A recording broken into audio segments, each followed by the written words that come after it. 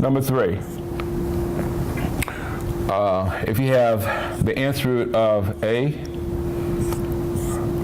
raised to the nth power.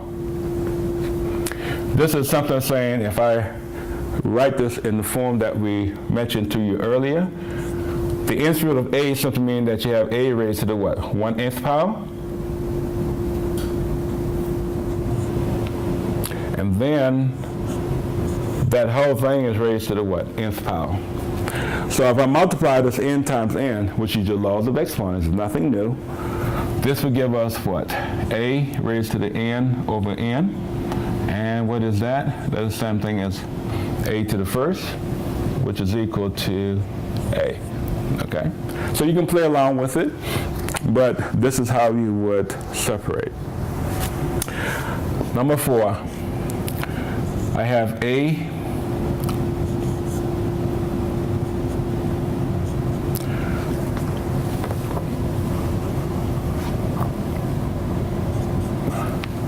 the nth root of a multiplied by what? X. We have plus y multiplied times the nth root of b. I'm not going to go there yet. Let's make it a also. You see that both of these have the what? Nth root of what? A. That's what I'm trying to establish. If you have the like radical, you simply add the what? Coefficient. In this case, that's a multiplies the nth root of a multiplied times x plus what? Y.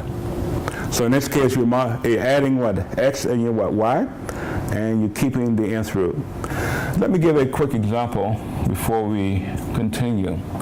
Let's say if you had 2 times the square root of 3 plus 5 times the square root of what? 3. As you see, the radicals are the same. The rule states that if we're going to add radicals, they must be the same, okay, or make them the same. In this case, they are the same, so we don't have to make anything happen. We just add the what? The 2 and the what? 5, and that would give us what? 2 plus 5 times the square root of what? 3. 2 plus 5 will give us what? 7.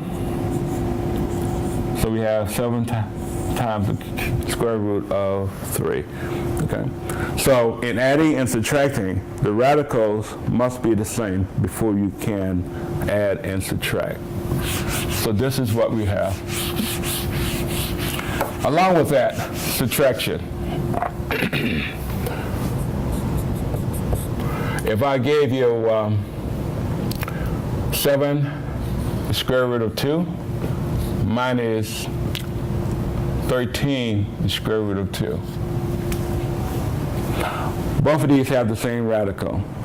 Keep in mind what we talked about here.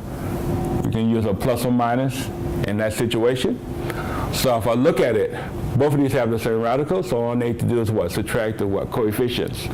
In this case, we have what? 7 minus 13 times the square root of what? 2.